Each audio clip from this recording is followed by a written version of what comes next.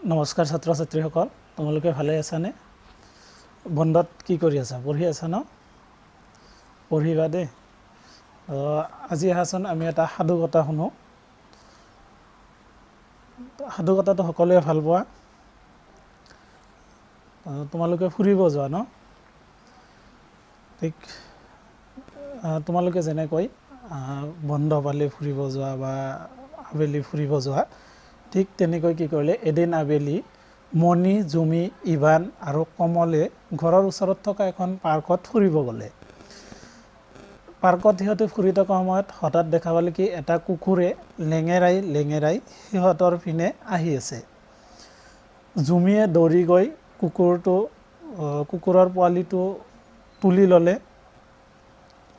তাই দেখিলে যে কুকুৰটোৱে ভৰিত আঘাত পাইছে।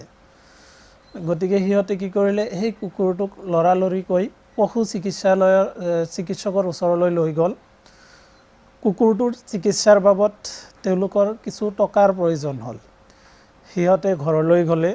ঘৰলৈ গৈ নিজৰ জমা টকাখিনি বিচাৰি উলিয়ালে আৰু সেই টকা আৰু পইচাবোৰ সিহঁতে কি কৰিলে, সেই টকা আৰু পইচাৰে সিহঁতে কুকুৰটোক চিকিৎসা কৰালে।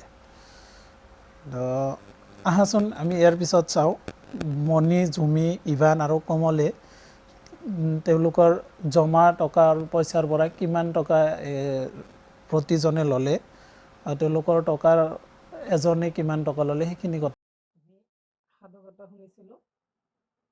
আমি তাতে আলোচনা কৰিছিলোঁ, মণি, জুমি, ইভান আৰু কমলে কুকুৰটো চিকিৎসাৰ কাৰণে পশু চিকিৎসালয়লৈ লৈ গৈছিল। তাৰপিছত তেওঁলোকৰ টকাৰ প্ৰয়োজন হোৱাত তেওঁলোকে ঘৰলৈ গৈছিল আৰু ঘৰত গৈ নিজৰ জমা টকাখিনি উলিয়াইছিল। এতিয়া আমি চাওঁ মণিৰ হাতত কিমান টকা আছিলে। মণিৰ হাতত জমা আছিলে 100 টকীয়া নোট 2খন আৰু 50 পইচাৰ মুদ্ৰা এখন। মুঠ তেওঁৰ হাতত আছিল 200 টকা আৰু 50 পইচা। জুমিৰ হাতত আছিলে 100 টকীয়া নোট এখন, 50 টকীয়া নোট এখন, 20 টকীয়া নোট এখন আৰু 10 টকীয়া নোট এখন। মুঠ জুমিৰ হাতত কিমান আছিলে? 100 টকা, 50 টকা, 20 টকা আৰু 10 টকা। একেলগ কৰিলে কিমান হ'ব? 180 টকা। তোমালোকে এই যে ইয়াতে যে খালী আছে, টকাটো লিখি দিয়া আছে, ইয়াৰ আগতে লিখি দিব লাগিব 180 টকা। ঠিক তেনেকৈ ইভানৰ হাতত আছিলে 200 টকীয়া নোট এখন, 50 টকীয়া নোট এখন, 50 পইচাৰ মুদ্ৰা এখন আৰু 25 পইচাৰ মুদ্ৰা এখন। আমি যেনেকৈ মণিৰ টকাখিনি একেলগ কৰি ইয়াতে লিখিছোঁ, তোমালোকেও ইভানৰ টকাখিনি একেলগ কৰি এনেকুৱাকৈ এখন বহি তেনেকুৱা এখন পেজ বনাই দাগ দি তাতে তোমালোকে ইভানৰ মুঠ টকাখিনি ইয়াতে লিখিবা। কমলৰ হাতত আছিল 200 টকীয়া নোট এখন, 50 টকীয়া নোট এখন, 20 টকীয়া নোট এখন আৰু 50 পইচাৰ মুদ্ৰা এখন। এতিয়া কমলৰ হাতত মুঠ কিমান টকা আছিলে তোমালোকে ইয়াতে লিখিবা। আমি চালোঁ মণিৰ হাতত কিমান টকা আছিল, জুমিৰ হাতত কিমান টকা আছিল, ইভানৰ হাতত কিমান টকা আৰু কিমান পইচা আছিল, কমলৰ হাতত কিমান টকা কিমান পইচা আছিল। এতিয়া আমি চাওঁ মণি আৰু জুমিৰ টকাখিনি লগালে কিমান হ'ব।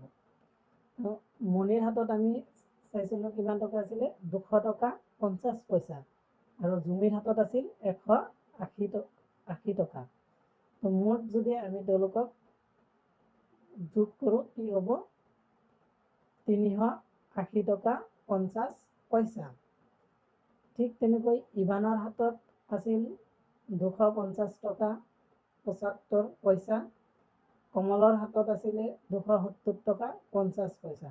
ইভান আৰু কমলৰ টকাখিনি লগালে কিমান হ'ব? তোমালোকে এই যে ইয়াতে যে খালী ঠাই আছে, এই খালী ঠাইত লিখিবা।